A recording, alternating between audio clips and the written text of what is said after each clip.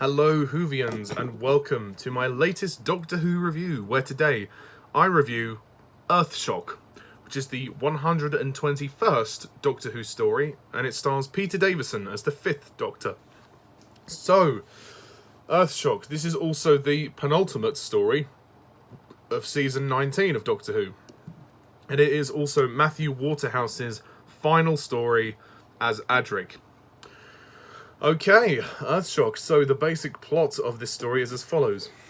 A conference to unite military powers against the Cybermen is taking place, and the Cybermen plot to destroy the Earth by crashing a space freighter into it. The Doctor must stop them, whatever the cost. That's basically your plot, in short, of Earthshock.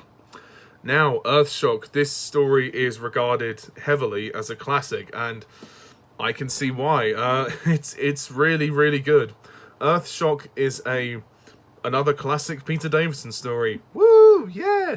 Just like The Visitation, I love this story. And you know what? The Cybermen are back, baby, and they are back with a bang.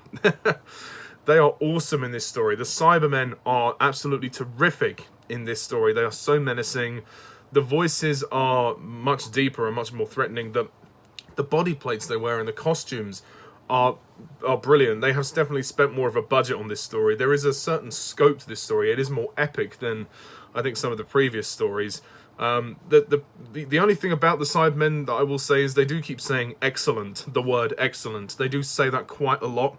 That does become a little tedious after a while, but it's not a huge problem. It doesn't affect my enjoyment of the story. I love the production design. The sets are amazing, and the sort of darker lighting really enhances the atmosphere and the tension that goes on. There's a lot of action in this story.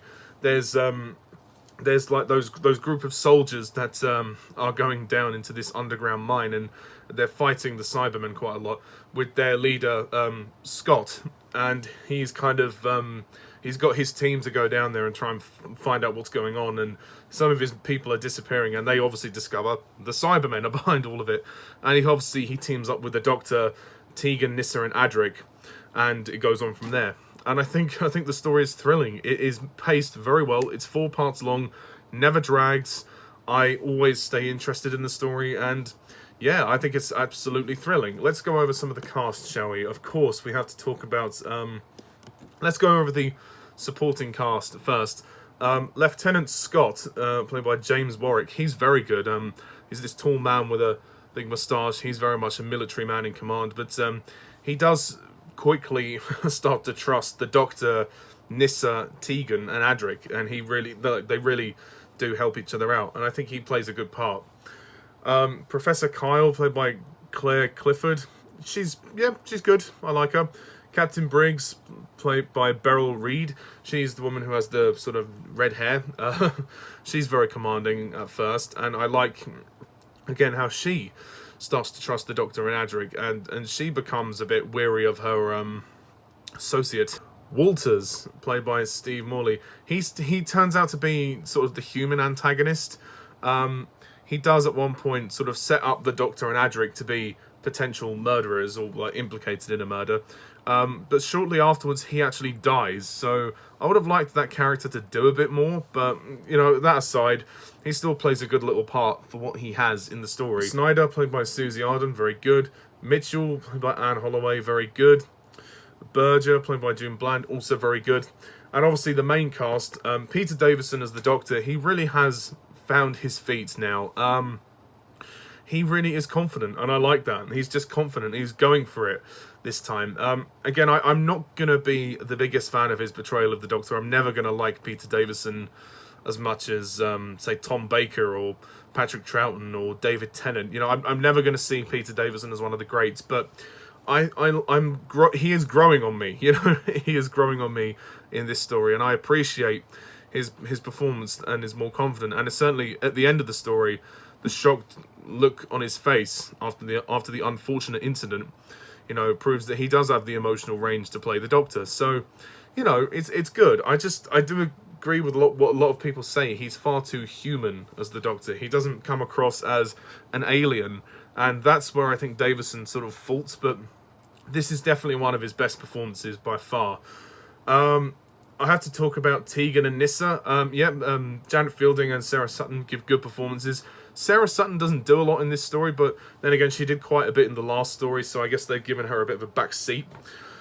But she kind of stays in the TARDIS for a lot of the story, which is slightly bothersome, but it doesn't really matter too much. Tegan is very good, Janet Fielding. I like that Tegan gets involved in the action. She starts shooting down a lot of Cybermen, so she's very good. I have to talk about Matthew Waterhouse as Adric. Now, this is his final performance. This is his last story, and he definitely goes out in quite a dramatic way. Actually, the ending of this story is very emotional when Adric dies. Yeah, Adric actually dies. He gives his life, and when the freighter explodes. And he is forced to stay on the freighter because he can work out the calculations which will allow it to kind of stop going near the Earth and blowing up the Earth. But Adric's death is very powerful, and I do like the reactions afterwards where Tegan and Nyssa are crying for him, and the Doctor just kind of looks shocked and he doesn't really know what to say. And the credits roll, and we see this image of Adric's broken badge on the floor, so they don't play the Doctor Who theme at the end, and I like that. I like they held out the emotion for that moment, even though it was in the credits. You know, it leaves the viewer thinking, oh, gee, that sucks. I mean, at the end of the day, Adric is never going to be my favourite companion. You know, I've never liked Adric that much, but I actually thought he kind of redeemed himself, and so much about this story is also the Doctor and Adric's relationship. Like, we begin with Adric kind of in his room sort of sulking a bit like a teenager, and he's saying he feels neglected by the Doctor doesn't have any time for him, but their friendship goes on. There's a bit of tension, but generally they sort of metaphorically kiss and make up, so that's nice. And obviously by the end Adric would have stayed with the Doctor, because he keeps plotting a course to go back to E-Space, but the Doctor is concerned because that's another universe and he will find it difficult to take him home. But Adric is trying to work out a route to go back. But the Doctor, in the end, manages to convince Adric to stay. And they apologise to each other, and there's all good. And there's that lovely moment where they sort of shake their hands and they say good luck and goodbye and stuff. And then little did they know that Adric would die. It's quite a bold move, actually, to kill off a companion, because we haven't had that for quite a while. Not since... I think since Katarina in the Daleks' Master Plan, which is in the William Hartnell era, and Sarah Kingdom, which was in the same story. So they haven't killed off a companion for quite a while. I mean, obviously Katarina didn't really last very long in the show anyway, but Adric has been in the show since the end of Tom Baker's era, so he's been in the show for basically 2 seasons, really, near enough, or just a little under 2 seasons. So we've experienced him for quite a while, and you know, again, Matthew Waterhouse probably gives his best performance in this story, and it is generally quite sad when he dies, and it kind of allows us to kind of think a bit more of Adric as he leaves. That, oh, maybe he wasn't so bad after all. But there you go. The music is really good. I really love the music, and again, the action is all fantastic. The sets are amazing. The script was written by Eric Saward, who obviously wrote one of the earliest stories in this season. He's a very good writer, and it keeps the tension going. I mean, this is a story that doesn't require you to think too much about it. You can just watch this for fun, but it also has a very emotional ending, which is good because of Adric's death. But I think the script is great. It's a fantastic script. It's probably not without its minor niggles, but generally speaking, I love this script a lot. The direction by Peter Grimwade is also really good. He's really up to the ante, and I think he's helped all of the performances really shine through, especially in those final moments when Adric dies. That really comes through. So overall, Earthshock is a real classic. I think that it is one of Davison's best stories so far that I've watched, and I'm easily going to give Earthshock a 10 out of 10.